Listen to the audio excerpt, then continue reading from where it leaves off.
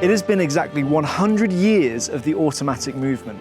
Now, last year, 5 million mechanical movements left Switzerland, and the majority of those will have been automatic, and they can all trace their routes to the room directly behind me. So let's go inside and discover how that's happened.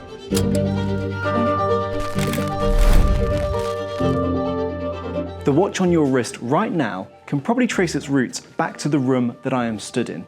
Here in Grenchen, Switzerland, this is where the first serially produced automatic wristwatch was ever made. So today we are talking the 100-year anniversary of the automatic watch. We're going to be talking about John Harwood, the British watchmaker that invented it, Walter Vogt, the founder of Fortis, where we're stood right now, Anton Schild, the guy who made the movement possible, and all these other characters that came together to make automatic wristwatches a viable and profitable business, all the way back in 1926. So come with me, follow along as we find out how this was made possible and what it led to today.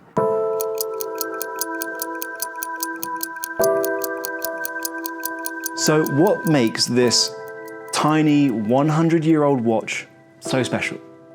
Well, this was the first automatic wristwatch. Yes, other people had tried to make automatic pocket watches back in the late 1700s, but this was the first time it had been realized in a wristwatch. Now, you might notice on first glance, there's no crown here. And that's exactly what Harwood wanted. That crown was where dust, dirt, and anything else could get into a watch and stop it from working.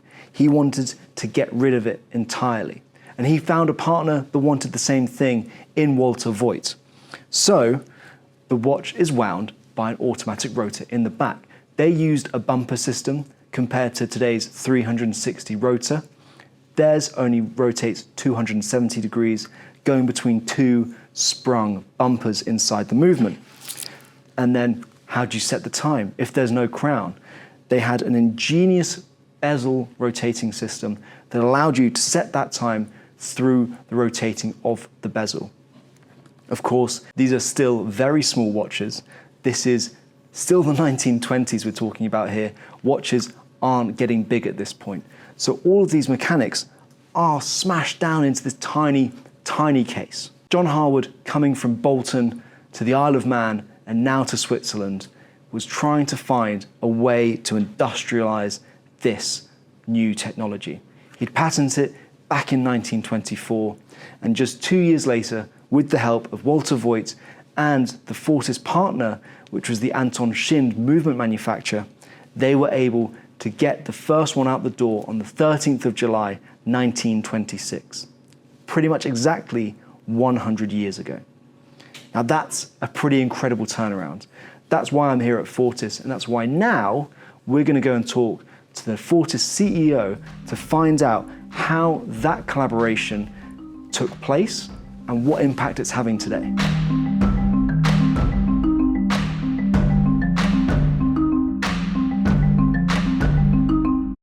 We're here. You're Philip. Thank you so much for having us here. What a delight. We're here at the Fortis bar. Yes. Great place for staff parties, I can imagine. Definitely. Love it. Now we're here, we're talking John Harwood. 100 years of the automatic movement. An incredible achievement, but something that Fortis was there day one, ground zero. In fact, 2 floors down from where we're sat right now. Tell us about that meeting of Fortis, Harwood's, Britain, Switzerland. How does that come together? Where does that happen? It was John Harwood who got in contact with Fortis to Mr. Vogt, because at the end he was just an inventor. He has only the plans, he has the technical drawings, but he was not able to realize his idea. To me, that's what's so amazing about this story, about John Harwood, is he's coming in as this outsider, and he's got no connections really to the industry when he starts off. And so being able to make that connection with someone like Vogt, the fact that he's able just to come in, be so open and open up the factory downstairs to him and say, yes, we'll make this brand new movement that no one's ever tried to do. Yes, because he solved the problem. The main idea of Mr. Harwood was just to make the watch more robust, make it more resistant. That's why he thought, okay, if the dirt is coming through the crown, we have to remove the crown. So if we do not have a crown, it have to wind up itself. So how can we solve this problem? This was the main idea. And there was a third party involved in that, right? Yeah. So there was the Anton Schild SA. Yes, all the watch brands in these times, they did not produce their movements by themselves. So they all bought basic movements and then they start working on these kind of movements. And Schild was one of these big producers, as the most people know, I think. And I mean, if you think about it, the last time the evolution came from sort of powering a watch was Breguet with keyless winding, and then followed by Harwood. And then the next step really is Rolex. Yeah. Right, and we can't have this conversation about Harwood, about automatic winding, without talking about Rolex. 100%. And so, yes, they come along in the 30s and they introduced that full winding rotor. It was not a 360 degrees rotor on the Harwood. Yeah. It was just a pendle. Yes, yeah. And Rolex was the company who introduced them the 360 degrees rotor. But they also introduced, I would say, to the industry, the most powerful form of marketing that we've ever seen. 100%. And that marketing came back to bite them in the arse a little bit when they said they invented the automatic movement. Yeah, but that's wrong.